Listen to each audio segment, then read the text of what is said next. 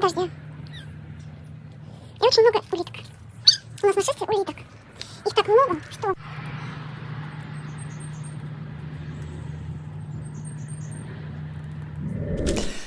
С вами снова рубрика «Вопросы и ответы» и цикл программ под общим названием «Счастье не приходит дважды» продолжается. Друзья мои, дорогие зрители, вы прислали так много отличных вопросов и комментариев, что я, вот видите, записываю программы подряд.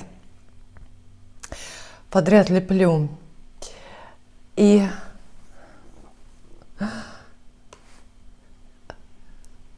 с чего хочу начать? Вот такой вот вопрос. Я получила вопросы и комментарии. Юлия Миронова пишет. А вы, однако, Ольга, сексистка. Простите, это любя. Давно вас слушаю и могу себе позволить делать такие выводы. Не любите вы женщин и в противовес увлекаетесь одухотворением некоторых мужских типажей. Много раз простите, конечно, ведь автор извиняется. Вы абсолютно правы, и это страшно. Женщины стареют. Однако, как вы рассматриваете тот вариант событий, что главное – это выбрать правильного партнера, который тебя и в 60, 70 и 80 лет будет обожать и восхищаться. А у меня вопрос. Я в свои 49 встречу ли мужчину мечты, который останется со мной до конца? Тут вопрос, какого конца? Да, технически концом можно назвать все, что угодно. Много разных вещей. Но я Юлии обязательно вот прям хочу ответить, потому что я иногда даже думаю вот так вот о себе, ловлю себя часто на этой мысли, что да, я сексистка, но боюсь, что как-то вы увидели только одну сторону. Вы сделали вывод, что я вот не люблю женщин категорически и одухотворяю мужские какие-то типажи. На самом деле я сексистка, но все время в разную сторону. Я действительно очень сильно в разных жизненных ситуациях и нежизненных различаю, делю людей на мужчин и женщин. Действительно очень сильно. Ну, хорошо или плохо, это даже я не знаю, но мне кажется, мы же все делим, да? Мы же разделяем там вещи какие-то, явления, события на хорошие и плохие, да, мы же различаем мороженое ванильное и шоколадное. Точно так же мужчин и женщин невозможно не различать, потому что, по моему искреннему убеждению, это все-таки люди очень-очень разные. Я не знаю, как мы оказались вот на одной планете, зачем эволюция вот так вот придумала, чтобы мужчины и женщины искали способы соединиться. Ну, вернее, зачем это понятно, эволюции нужно воспроизводство, нужны новые люди, вот, это понятно, но мужчин и женщин я действительно различаю. И, кстати, в этом смысле по поводу любить или не любить женщин, любить или не любить мужчин, я всем предлагаю прочитать знаменитую книжку. Она очень известная, но многие ее почему-то пропускали. Это Отто Вейнингер, очень занимательный персонаж. Сам по себе он прожил всего 24 или 26, 24 года или 26 лет. Сейчас не помню, там ужасно трагическая судьба. Отто Вейнингер, запишите.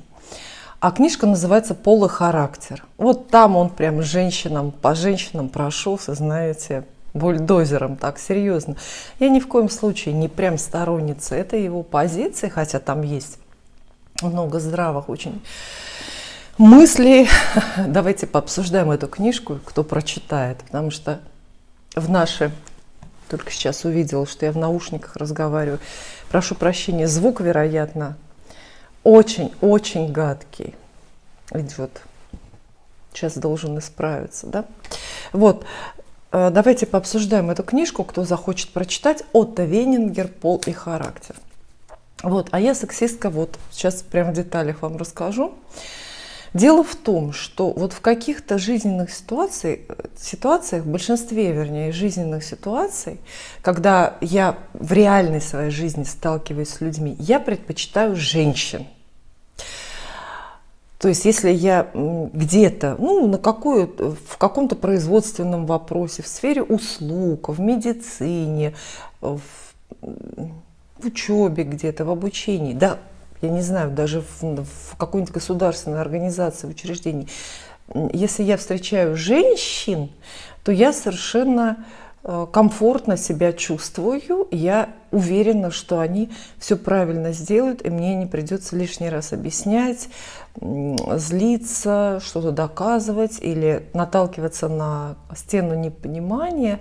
То есть мне в обычной жизни очень нравятся женщины, и я предпочитаю контактировать с женщинами. То есть я никогда бы не выбрала себе, ну скажем, в компаньоны, да, для какого-то путешествия мужчину. Мне скучно. Вот. И если я иду в массажный салон, здесь в Варне все знают, что в любом новом массажном салоне я говорю, только чтобы женщина была, понимаете? Если я иду к парикмахеру, например, то это обязательно должна быть женщина, стоматолог, просто врач-терапевт в поликлинике. Мне везде нужны женщины, потому что я вижу в женщинах какую-то, знаете, предсказуемость и адекватность вот в таких бытовых вопросах. Я дружу с женщинами, я общаюсь с женщинами, очень люблю с женщинами проводить время, просто, знаете, ой, за какой-то такой вот болтовней повседневной. Поэтому нельзя сказать, что я везде прямо там большую ценность мужчины придаю. Но есть какие-то области, есть какие-то сферы, где я могу восхищаться только мужчинами. В частности, актерское мастерство. Вот я, к сожалению, не могу ни одной актрисы назвать, которая бы меня восхищала актерской игрой. Вот прям ни одной, понимаете? Ну, может быть, старые советские какие-то наши. Там Алиса Фрейндлих в фильме «Служебный роман», да? Вот. А мои кумиры из публичных личностей – это, конечно, мужчины, это актеры мужчины, ну и политики, не знаю, там экономисты какие-то, просто герои, спортсмены, в конце концов. Это мужчины, вот, потому что вот в этом качестве меня как раз женщины не привлекают. Да, поэтому да, я, безусловно, разделяю. Если мне нужно выбрать какое-то кино посмотреть, то, конечно, я выберу фильм с каким-то известным мужчиной, актером в главной роли, и он должен быть мужчина, да, вот мне это будет интереснее. Но если мне нужно выбрать, ну, опять же, массажиста, то это будет обязательно женщина, понимаете, да? То есть мне кажется, что мужчины и женщины как бы для разных вещей предназначены, да. Мне не интересует мужчина-повара. И, ну, вот так, понимаете, да. Но я сексистка, я разделяю. И вы знаете, еще жизнь этому способствует, экспансии сексизма. Да простят меня местные жители, конечно, но я нахожусь последние 4 года в Болгарии, в Варне. И вот в Болгарии это особенно проявляется, потому что для меня, по крайней мере, вот болгарские женщины достаточно комфортны. Они с моей точки зрения нормальные, хорошие в массе своей. Вот. А с мужчинами болгарскими, ну, я совершенно не могу находить общий язык. То есть вообще совсем. Я не говорю, что они плохие. Я говорю только, что наблюдаю колоссальную разницу менталитетов. Понимаете? Мне кажется, женщины вообще по всей земле какие-то одинаковые. Вот независимо от места проживания и национальности. Там очень незначительно между нами различия. Женщины вообще все одинаковые. Кстати, Отто Венингер пишет об этом. Вот. А мужчины все разные. И когда мы говорим о национальном менталитете, да, то это средневзвешенный менталитет, это поведенческие паттерны именно мужчин, а не женщин. И поэтому мы различаем и говорим, что финны вот так себя ведут, да, а, допустим, казахи вот так себя ведут. Мы не говорим о финках или казашках, мы говорим именно о мужчинах, потому что мужчины воплощают менталитет, ментальность народа. Вот. И вот здесь вот в Болгарии, именно в Варне, любой контакт с мужским персонажем мне дается прямо вот, ну, сложно, причем даже самый мимолетный контакт. Иногда с таксистом сложно мне бывает, потому что у них какое-то свое видение, которое меня раздражает, и я могу с неожиданными трудностями сталкиваться всегда, понимаете? Хотя, с другой стороны, вот в чем сексизм? Вот сейчас у меня целый день подстригает садовник. Пришел садовник новый, понимаете? И он, конечно, мужчина. А если бы пришла женщина, да?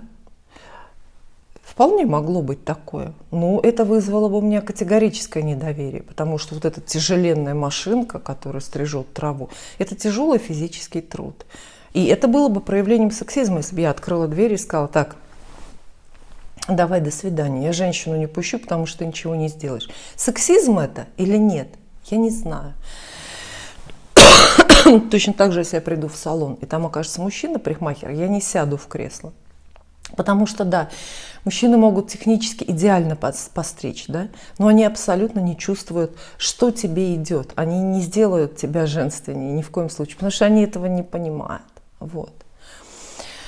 И многие видео на ютубе этому подтверждение. Обращали внимание? Много же таких есть каналов и видео, где мужчины, особенно вот это англоязычные, такие известные, признанные мастера, там стригут женщин, красят. Они технически все делают прекрасно. Там вот не придерешься просто быстро, как-то это все так вот легко.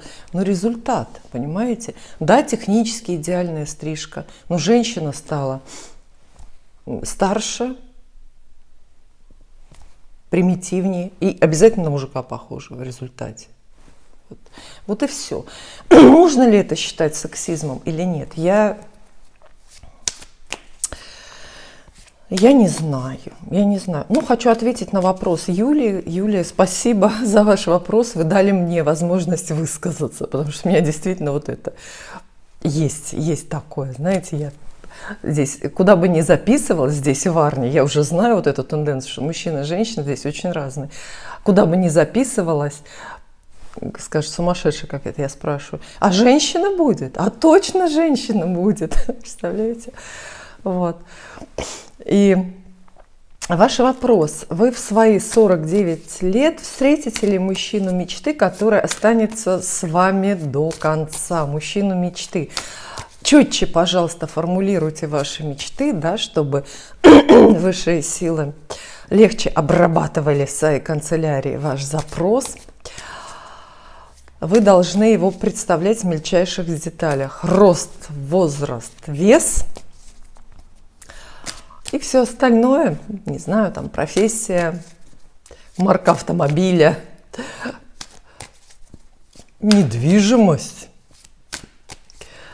Вот. 3 карты для вас. Я сегодня отказываюсь показывать карты и описывать, потому что это занимает время. Я хочу очень много охватить. 3 карты вам, и я вам просто расскажу, вам придется мне поверить на слово. Карты говорят, что вот, к сожалению, прям в ближайшее время у вас партнерства надежного нет. Но почему? Во-первых, у вас действительно есть мечта. Ну, то есть довольно высоко задрана планка. То есть мужчина мечты в вашем случае это не шутка, это действительно какой-то очень-очень такой, ну, персонаж приметный, о котором не только вы мечтаете, но и очень многие ваши подруги, соседки и коллеги. Вот. И вы слишком много выбираете, говорят карты. Очень много выбираете. То есть из многих вариантов выбираете. Ну, например, как может выглядеть этот выбор? Вот вы загадываете себе, вот я хочу такого мужчину. Очень красивый, чтобы был. Это действительно ценно. Это действительно ценно. Ну, я настаиваю на этом, да. А потом думаете, нет, ладно, бог с ней, с внешностью, пусть лучше будет богатый, чертовски. Вот. А потом думаете, нет, лучше пусть будет веселый, ну и так далее. То есть вы немного мечетесь, карты говорят, мечетесь, но нужно вам много. В одном вы сходитесь, он должен быть либо самым красивым, либо самым веселым, либо самым богатым, да, вот. И это все, собственно, и создает вот эти трудности в личной жизни. То есть вот этим вот множественным выбором вы себя в определенную кризисную какую-то ситуацию загоняете, то есть в кризисное настроение, я бы сказала. И это кризисное настроение не дает вам прорваться, пробиться через, пробиться к этой благодати, да, к этой мечте. Но карты не самые плохие, они говорят, что надо не то чтобы подождать, да, а скорее сузить выбор, то есть это то, с чего я начала. Вам нужно более четко ограничить вот характеристики обязательно необходимые, которые вам нужны. То есть более четко профиль этого человека прописать, и тогда он обязательно появится. А пока вы смотрите сразу в несколько сторон, там, и Джонни Депп вам нравится, как мне, да, и Филипп Киркоров, я не знаю, на кого согласиться. Поэтому ни тот, ни другой, ни Джонни, ни Филипп не приход. Но это уже я о личном, да, это я уже свои тайны вам раскрываю. Вот прекрасный, абсолютно сексистский. Давайте сегодня сексизм, тема программы. Елена Луна пишет. Мне кажется, что именно из-за такого восприятия жизни мужчины до глубокой старости думают, что им в любом возрасте все вовремя, ничего не поздно, и они все прям Наполеоны на поле любви. И как бы хорош не был Джонни Депп, деньги будут определяющим фактором в 90% из 100. Мужчины часто меняют своих женщин на более молодых, но я не знаю ни одного случая, чтобы он был бомжом. Но это да, это точно так. Кстати, откуда взялся Джонни Депп, это для новых зрителей, которые впервые видят программу. Я говорю, что в этом цикле это уже третья программа, в которой мы обсуждаем, у нас рассуждение крутится вокруг Джонни Деппа, его бывшей жены Эмбер Хёрд, и вокруг тех безобразий, которые происходят между ними сейчас, это суды и так далее.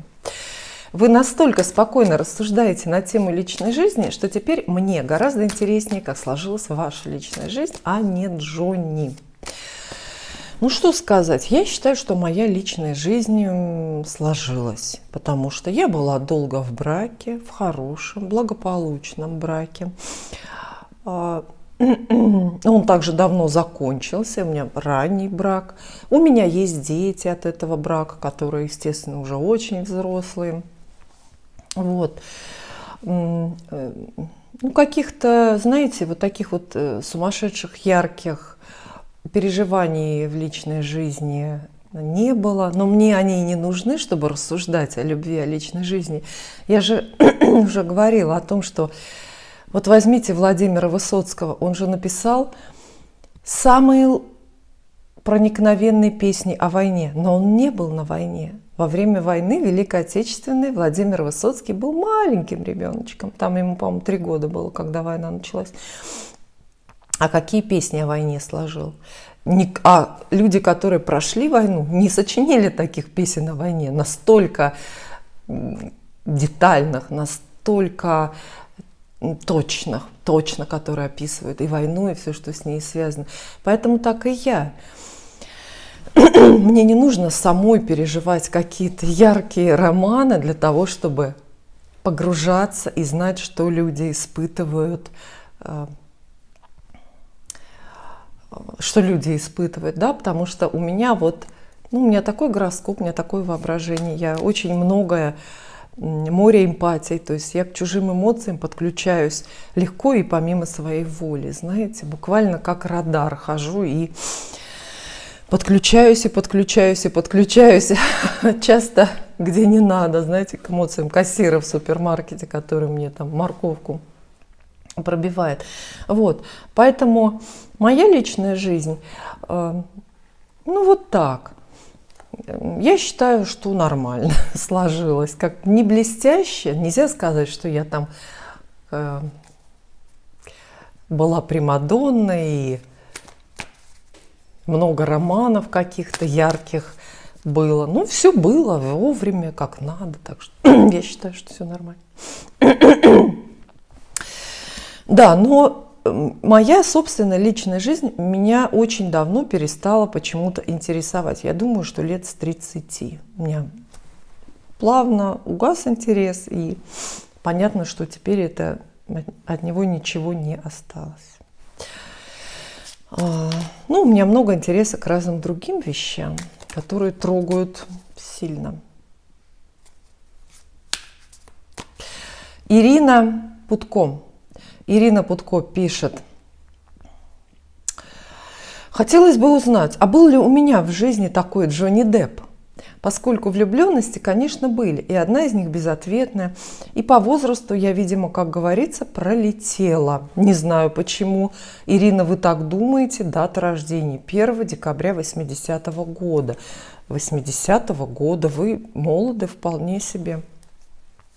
Хочется надеяться на лучшее. Поэтому я спрошу карты, Ирина, для вас. Было ли, вот про ваше прошлое, да, вы же так задаете вопрос, про ваше прошлое. А был ли в вашем прошлом какой-то самый главный мужчина, который вот должен был по судьбе с вами остаться, но не остался, потому что вы его там, например, отшили, или, как мы говорим сегодня, упустили, профукали.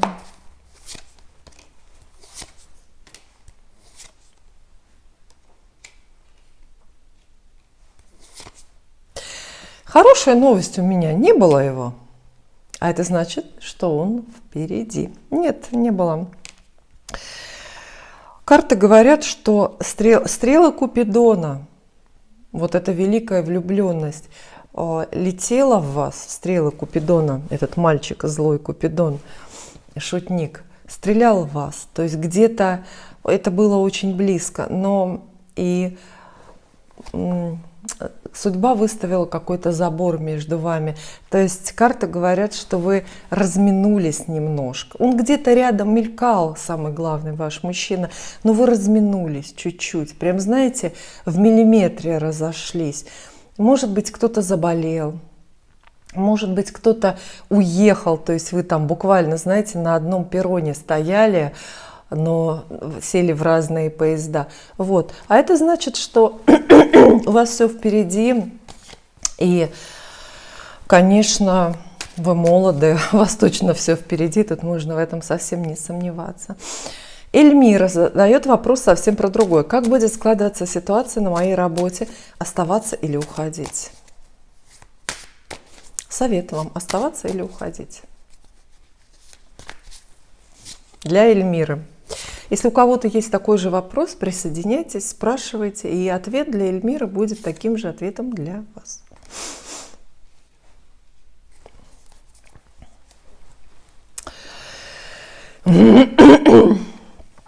Карты говорят о том, что на вашей нынешней работе очень скоро вы столкнетесь с какими-то непроходимыми, неразрешимыми препятствиями. Причем вот препятствия, знаете, именно такие, с которыми не поспоришь. То есть это может быть реорганизация, это может быть приход нового начальства, это может быть просто дурное поведение старого начальства. То есть, знаете, много будет таких властных решений, которые от вас совсем не зависят.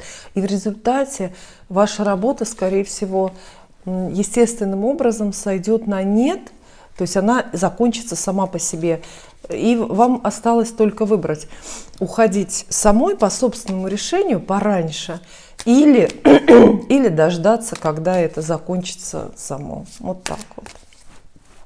Неплохо.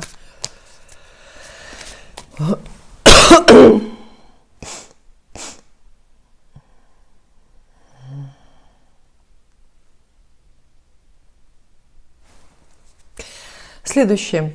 Мадина Н. пишет. Вообще вот недавно в разбор полетов, да, слышала, что Илон Маск в свое время после Джонни или во время очень симпатично она ему была, Эмбер Хёрд имеется в виду, здесь редакция автора, я ничего не представляю. Причем очень. И сейчас он спонсирует ее суд, Илон Маск спонсирует суд Эмбер Хёрд, а также вливает много денег, чтобы скрыть ту или иную ситуацию, если не в ее пользу. Хотя благодаря судебному резонансу скрыть сейчас уже ничего нельзя. В общем, Илон Маск это тоже не хухры-мухры.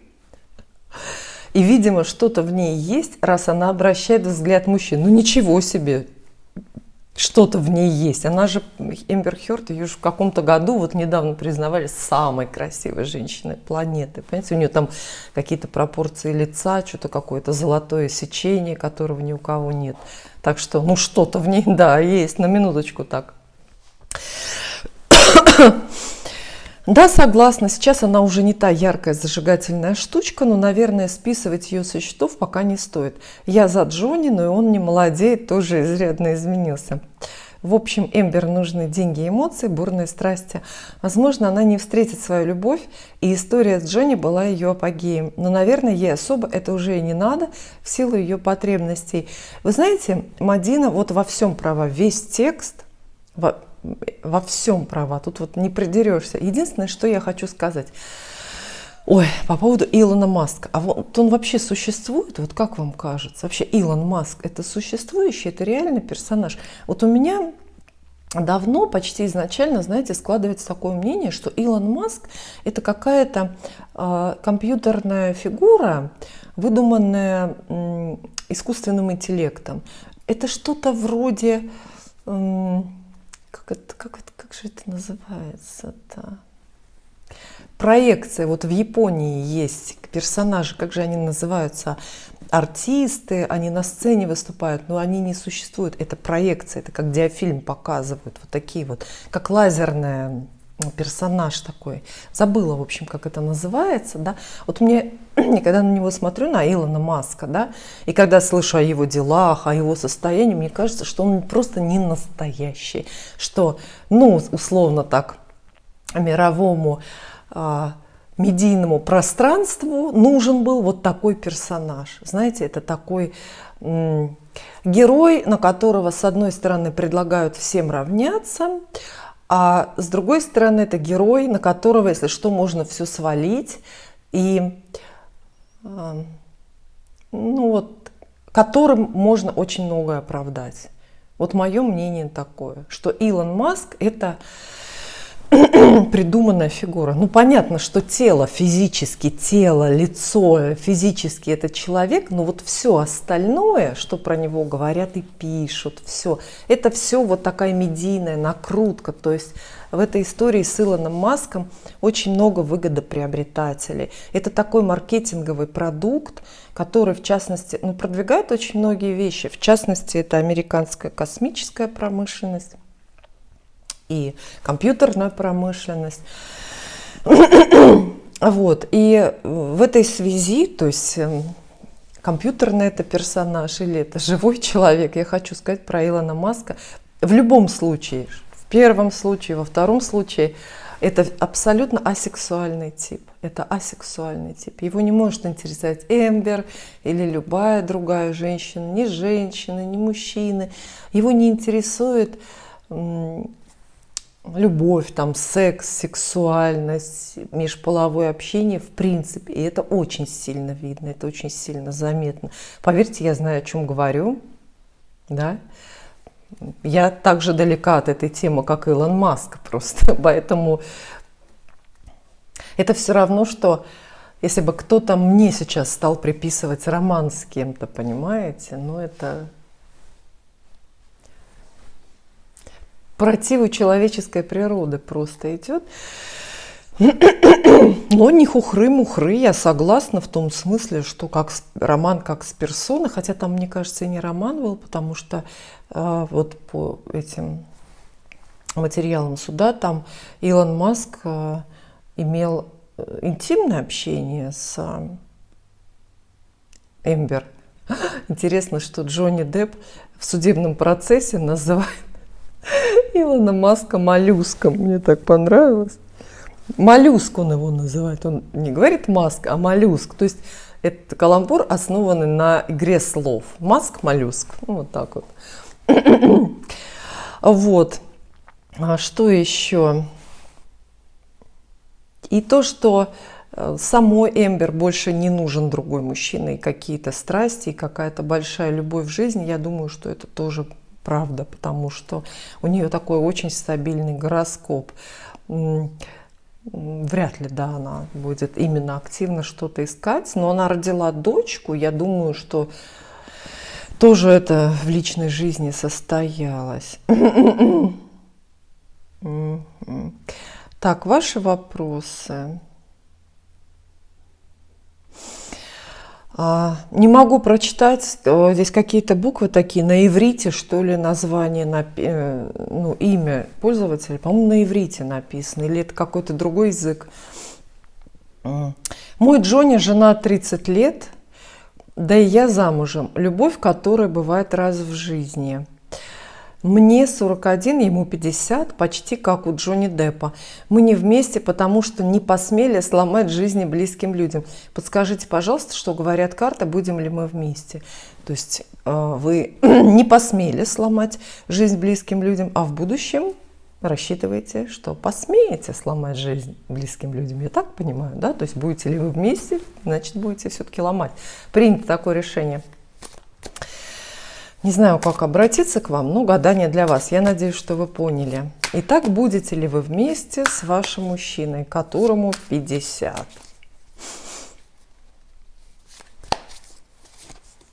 Три карты.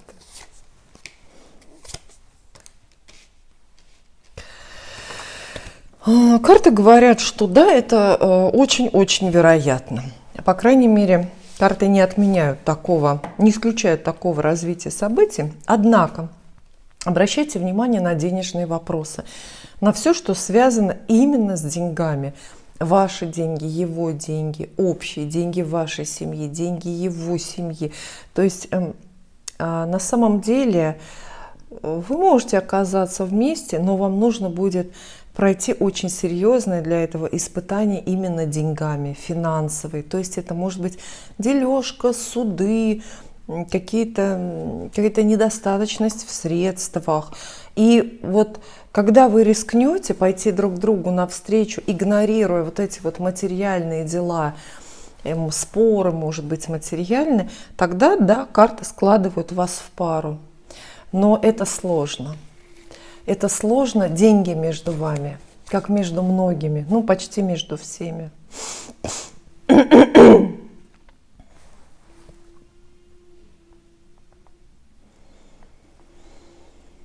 Вот интересное письмо. По-моему, никакого вопроса тут нет, но оно такое очень боевое. Давайте я вам прочитаю. Вера Головка пишет. Мой Джонни пока на подходе. И в свои 47 я очень рада, что все сложилось именно так. В 30 как-то переживала, гормоны и желание иметь детей. Зато теперь так тихо и спокойно, особенно в тяжелые времена, когда за близких переживаешь сильнее, чем за себя. А что со мной станется? А Джонни пусть появится на склоне лет. Я его к врачу свожу, пусть справку покажет, что здоров. И чтобы никаких бывших жен и детей, и сопливых внуков. Такие пусть сторонкой обходят. Вера, к вам несколько вопросов. К какому именно врачу? Вот уточните просто. К какому именно специалисту? Врачей много. Есть кардиолог, есть флеболог, есть венеролог, есть проктолог, есть стоматолог и так далее. Вот к какому специалисту? Психиатр? Я считаю, с психиатра надо начинать, потому что если не проходит психиатра, да, все, дальше можно не проверять. Вот. А мне понравилась вот эта формулировка, что никаких детей, бывших жен, сопливых внуков, все, пусть они идут. Ну, значит, вам нужен какой-то убежденный холостяк, да, который всю жизнь прожил один и никого не нажил, ни детей, ни внуков. Кстати, такое бывает. Особенно, знаете, это вам надо в Италию. За итальянцами. Вот именно в Италии, я вот часто слышу такие истории, мужчины умудряются проживать без брака всю жизнь, до самого, ну прям почтенного возраста. Они живут с мамами, любят маму, тратят деньги на маму, а потом мама естественным образом умирает, и он вот освобождается в этот момент и прозревает. Прозревает, что ему нужна новая женщина, которая будет о нем заботиться. И вот именно в Италии есть вот такие 50-60-летние принцы, которые никогда не были женаты, естественно, у них нет никаких детей. Все отлично, я думаю, что вы друг друга очень даже поймете. Хорошо. Ой, всегда рада читать похвалы Джонни Деппу. Светлана Щербицкая пишет: обожаю Джонни Деппу, он супер, крутой актер и человек. Смотрела пару заседаний судов, это нечто. Это действительно, да, посмотрите, друзья, да, посмотрите, в прямом эфире сейчас крутят, сейчас, по-моему, перерыв 16 числа, опять новая сессия судов начнется, в прямом эфире крутят суды. Но Джонни Депп не подражаем там, просто не подражаем, это надо видеть, это лучшая его роль. Он еще и музыкант, и очень чувствующий, да, и умный. Да, вот я как музыкант его не знаю, к сожалению.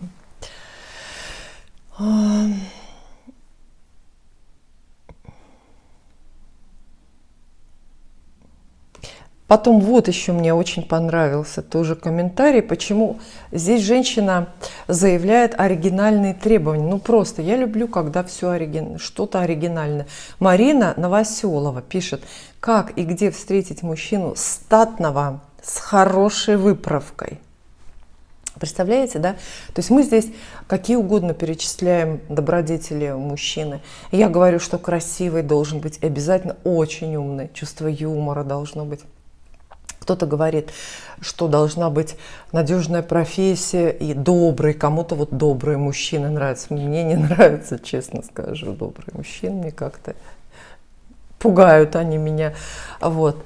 А вот у Марины, видите, какой запрос. Чтобы он был статный, понимаете? Я аж прям выпрямилась, когда прочитала, да? О, статный, с хорошей выправкой. О, самодостаточного и состоявшегося. Я сама такая, и мужчина хуже себя не могу принять. Хотя мне почти 40. Ну, почти 40 – это детский возраст. Это вообще, это детство, почти 40. Не о чем говорить. Знакомые говорят, что так я останусь одна.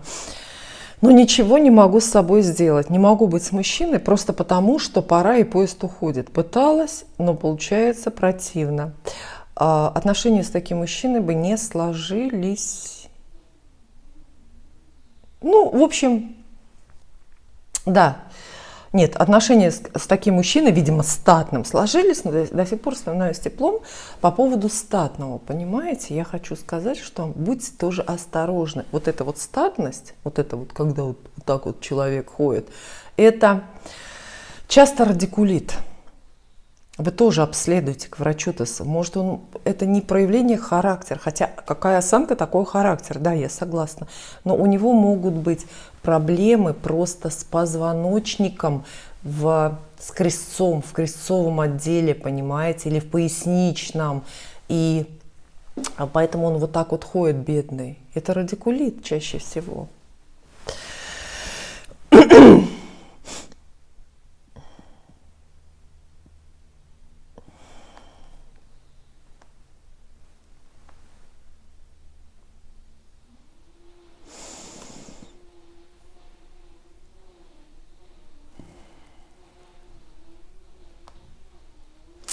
Некоторые вопросы увлекательные, вот как комментарии звучат, увлекательные, содержательные, но именно вопросы, чтобы погадать на картам, чтобы карты спросить, я не понимаю.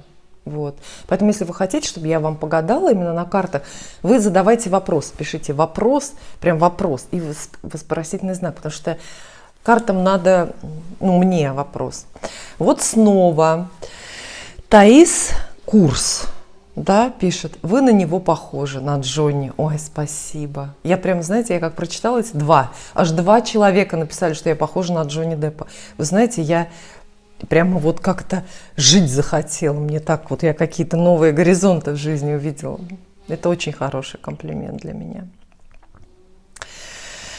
Дальше, крик души, Валентина Жукова. Давайте, друзья, поддержим Валентину, потому что письмо очень-очень грустное. Вот посмотрите.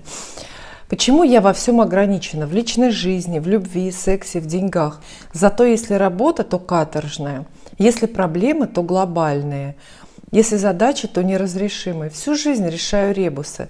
Внешность замечательная, фигура шикарная. Умом не обделена. Всю жизнь ждала, что наступит и на моей улице праздник. И вот уже за 50, а ничего. Джонни появился у меня где-то в 42 года, но потеряла, характера не хватило и мудрости. Валентина, почему вы во всем ограничены? Во-первых, вам нужно исследовать ваш гороскоп рождения, ту самую натальную карту, про которую мы часто говорим. Садовник приближается. Сейчас будет это самое жужжать здесь, но у меня все равно будет слышнее, поэтому не придирайтесь к звуку, я его остановить не могу, он и так работает уже, не знаю, подряд часов 9. Я вообще не знаю, как он живой там. Вот к вопросу о сексизме. Вот женщина так смогла, вы думаете? Но для Валентины, посмотрите, иногда бывают, к сожалению, такие гороскопы. Судьба, звезды, Вселенная очень несправедлива. Кому-то дается гороскоп гладенький, как яичко. Знаете, планеты все на своих местах, в положенных домах каких-то подходящих. И человек вот живет и горе не знает, в ус не дует, как говорят. То есть все на месте, все время денег хватает, все время...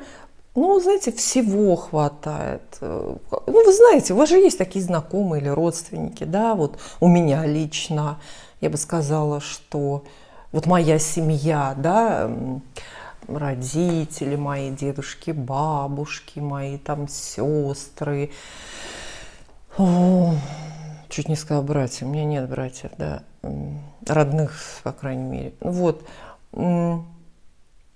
Вот они все такие, вот они проживают абсолютно гладкие жизни. То есть, просто идеально все вовремя, все на своих местах. А вот у меня, видите, немножко вот как-то по-другому, переехала я куда-то непонятно, и не знаю. Это от гороскопа многое зависит, да, хотя можно и что-то исписать на ваш характер.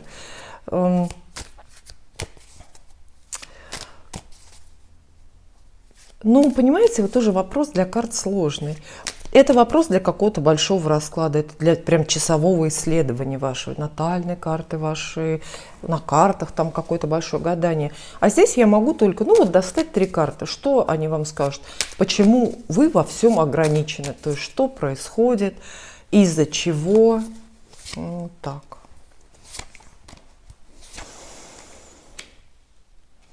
Вы знаете, есть ответ. Карты говорят, что вы слишком много боретесь. Вы прям герой. Вот вы не написали дату вашего рождения, может, нам понятнее было бы тогда. Потому что вы боретесь очень много. Герой, то есть хлопочете много и размениваете очень много энергии. Вот у вас работа тяжелая, например, и проблемы большие. Тяжелая работа, потому что вы ввязываетесь в тяжелую работу. Выбираете для себя тяжелую работу, проблемы тоже выбираете. То есть карты говорят, что вам вот эти, если не страдания, то подвиги и чрезмерное напряжение вам нужны в жизни. Понимаете, да? А может быть, не нужны, но вы привыкли так жить. Какие-то поведенческие привычки с детства взяли и уже тащите вперед. Вот, и поэтому у вас есть очень много возможностей жить по-другому. И как только вы перестанете бороться и на себя лишнее брать, как только вы перестанете играть в героя, у вас все будет и даже больше, чем вы ждете теперь.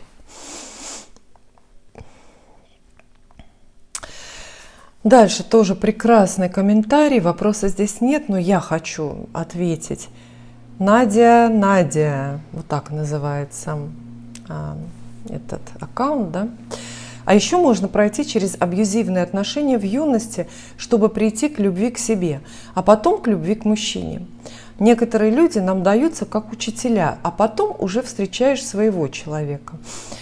Иногда урок повторяется несколько раз, пока не усвоишь до конца. Думаю, многие встретят своего человека после проработки травм и комплексов, когда уже будут привлекать нужных мужчин.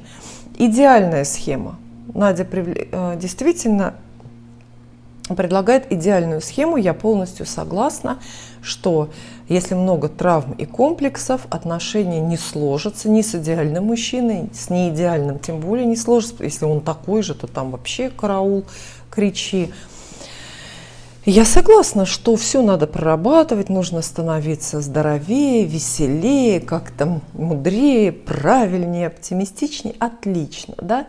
Но есть проблемка, маленькая такая. Пока вы прорабатываете травмы и комплексы, пока вы проходите уроки с неподходящими другими людьми, пока вы проходите через абьюзивные отношения, пока вы учитесь любви к себе, смотрите, как много, пока вы там с учителями, с этими своими жизнями разбираетесь, вы что? Правильно, стареете, время уходит, а женский век очень короткий, понимаете, да? То есть здесь и правда, и неправда, как всегда, как все во Вселенной, с двух сторон, понимаете, работает. На каждую силу находится противодействие, да? Так и здесь. Если бы у нас была бесконечная жизнь, если бы вот мы дорастали до 18 лет, да, вот, и вот в этом 18-летнем возрасте фиксировались, оставались бы, ну, скажем, еще хотя бы на лет на 15, да, можно было бы еще 15 лет пожить 18-летней. И вот за эти 15 лет вот улучшаться, там,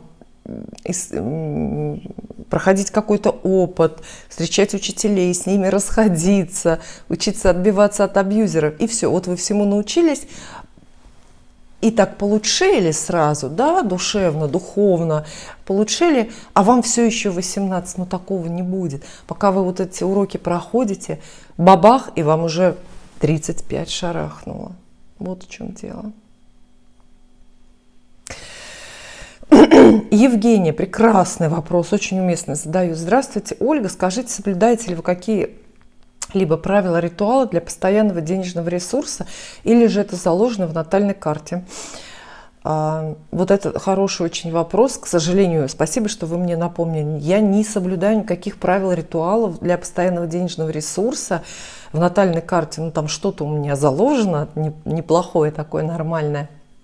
Но я знаю, что надо соблюдать, это уж всем об этом напоминаю.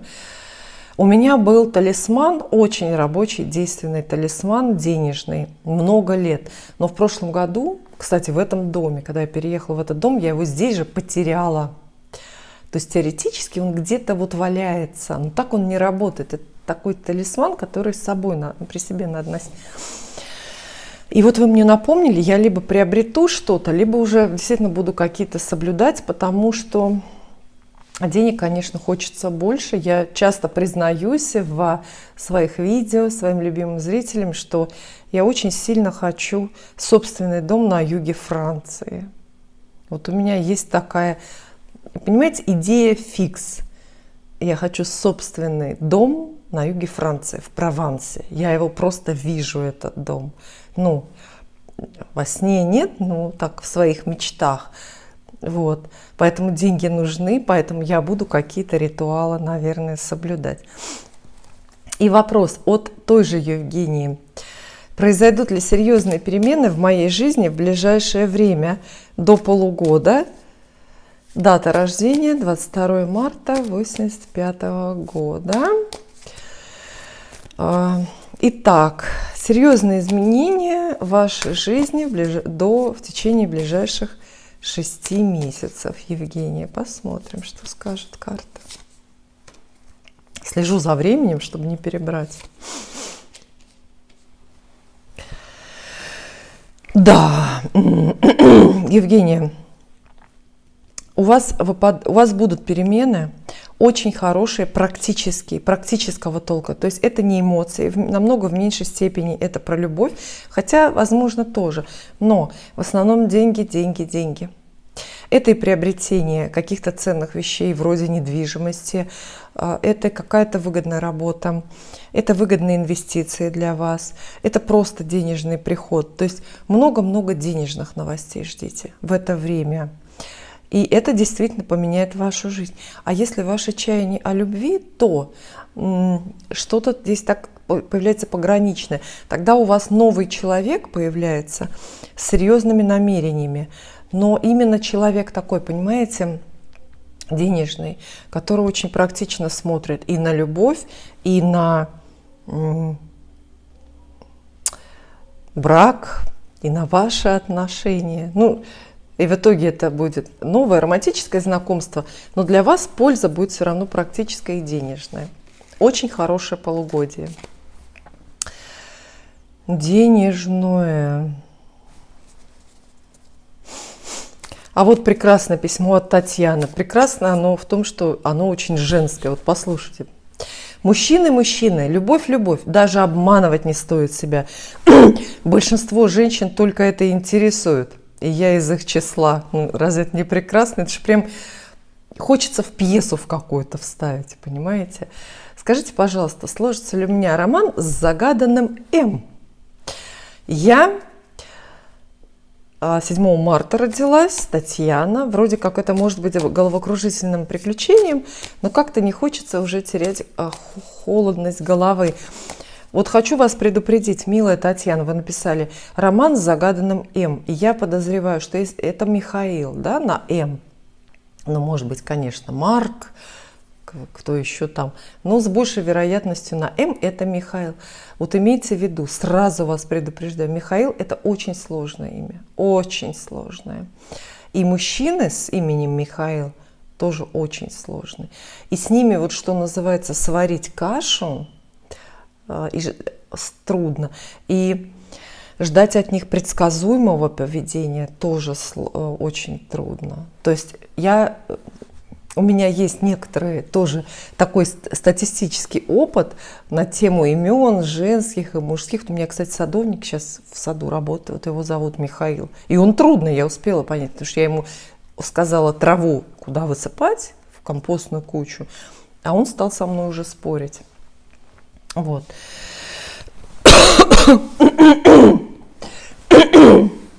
Так вот.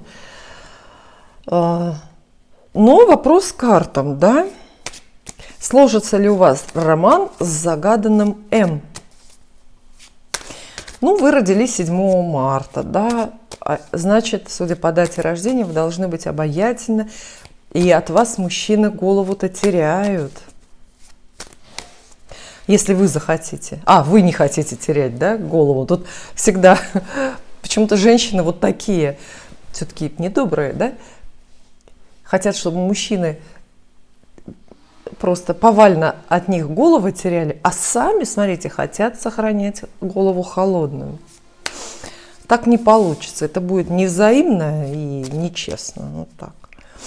Ну, по поводу вашего романа. У вас очень хороший шанс, Татьяна, роман, выйти замуж за этого человека. Но вы же про замужество не спрашиваете, вы же хотите именно роман, да? Очень хорошие карты вам выпадают, но про роман они как раз ничего не говорят. Здесь нет чувств, эмоций, ну вот он добрался уже, да? Вы будете женой этого человека. И очень легко. Общий дом, совместная жизнь, роль жены. И вы это получите очень быстро. Вот. Ну, если, конечно, это является для вас конечной целью. Может быть, вы хотите просто ярких романтических переживаний, то тогда это, наверное, не к нему, не к М. Потому что он вам для, ну, как бы для брака вот подходит. Брак получится очень легко.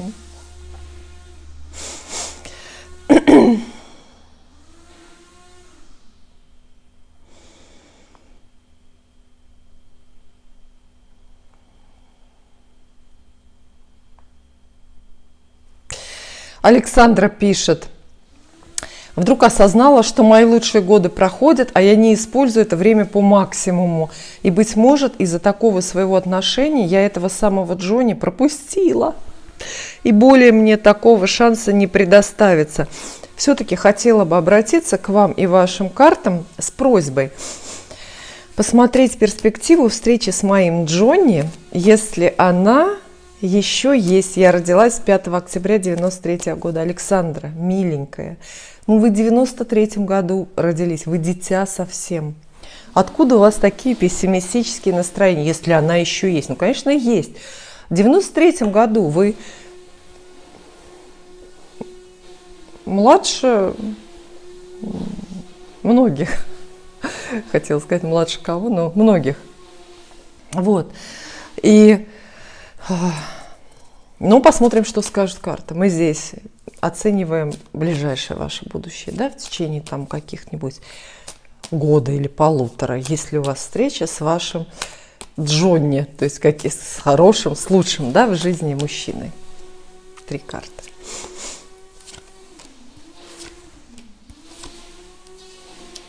Однозначно. Есть, да, есть. И это не просто встреча, это будут очень перспективные отношения в смысле, опять же, брака. Вот. Почти те же самые карты вам выпали, что и вот Татьяне, которой я отвечала до вас, да, то есть вы встретите этого человека, у вас очень легко начнутся отношения, и вы очень легко подойдете к теме брака. И вы знаете, мужчина, и решитесь на брак, более того, решитесь на брак. Предложение о браке вас ждет в это время. И более того, вы знаете, мужчина будет очень настойчивый, даже если вы сами, замешкаетесь или не захотите. А вы замешкаетесь обязательно, потому что вы же весы, вот 5 октября родились, вы же начнете метаться из стороны в сторону неизбежно. Мужчина настоит, и он будет очень, именно мужчина будет заинтересованный, понимаете? Он вас выберет, он настоит, чтобы вам быть вместе. Вот так.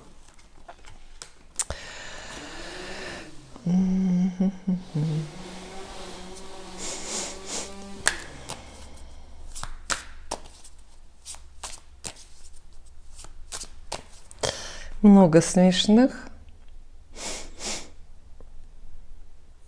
Вот, кстати, комментарий интересный. Ведите Инстаграм, там легко зайти на прямой эфир. Но я же веду Инстаграм. Подписывайтесь, смотрите. Я веду Инстаграм довольно регулярно. Туда публикую что-то.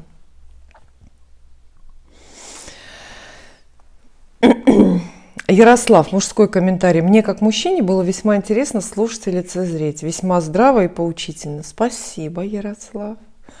Вот такое вот мужское мнение. Здравствуйте, Оля. Рассматриваете ли вы перевернутые карты Таро? Конечно, рассматриваю. Просто я в общих гаданиях, вот, которые делаю на столе там, или когда показываю карты, я не достаю перевернутые карты, потому что... чтобы не путать людей, чтобы людям вот не приходилось вот такую перевернутую картинку рассматривать в телевизоре, понимаете, да? То есть это для наглядности, это же все-таки должно смотреться, это должно как и шоу тоже выглядеть. Вот. А когда я гадаю просто людям, там видео записывали в скайпе, то, конечно, я и прямые перевернутые карты рассматриваю, как и положено по правилам искусства Таро, да.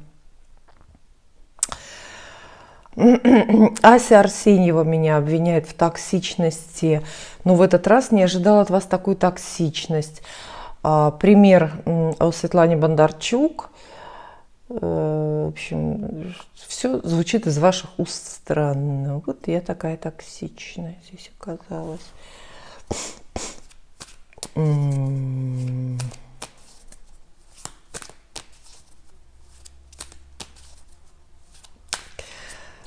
Очень-очень много. Я даже трудно выбирать.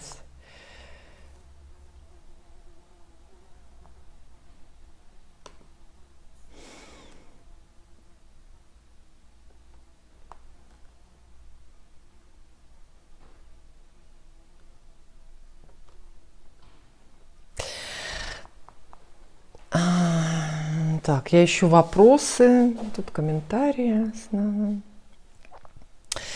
Ирина Слесарчук пишет. Ирина Слесарчук пишет. Тоже хочу внучку. Очень вовремя вы со своим видео мне сделали предложение, и я как-то не решилась, потому что он склоняет меня к переезду. Я призадумалась. Если можно, спросите карты, тот ли это самый человек. То есть вопрос Ирины, соглашаться ли на этот переезд.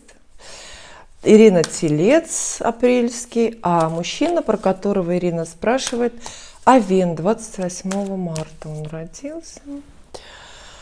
В теории у вас должна быть неплохая совместимость астрологическая, но это опять же только в теории. Потому что гороскопы надо, конечно, смотреть целиком, надо в них погружаться, надо их исследовать. По-моему, у меня закончит этот парень.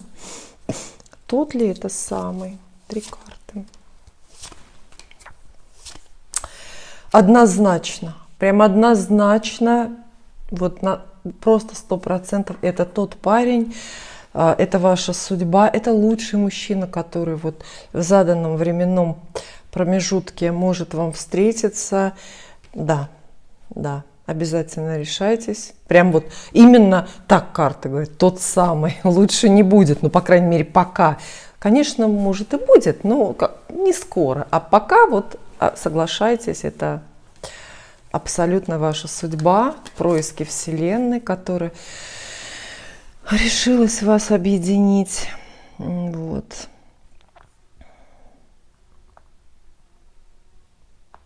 Ну и напоследок я вам прочитаю еще такой комментарий. Я на стороне Джонни, пишет Дана Жак, по-моему, или Зак, да, Дана Зак. Я на стороне Джонни, уважаю и обожаю его. Не могу представить кого-то, кроме него, вместо Джека Воробья. А я вот где-то читала, ну или в интернете, там слышала, что изначально продюсеры фильма этой эпопеи «Пираты Карибского моря» планировали на роль капитана Джека Воробья Джона Траволту. Представляете? Но он почему-то отказался. То ли болел, то ли занят был, то ли просто не понравился. Я сейчас не помню. Но Джон Траволта, да, тоже прекрасный актер, харизматичный человек. Вспомните хотя бы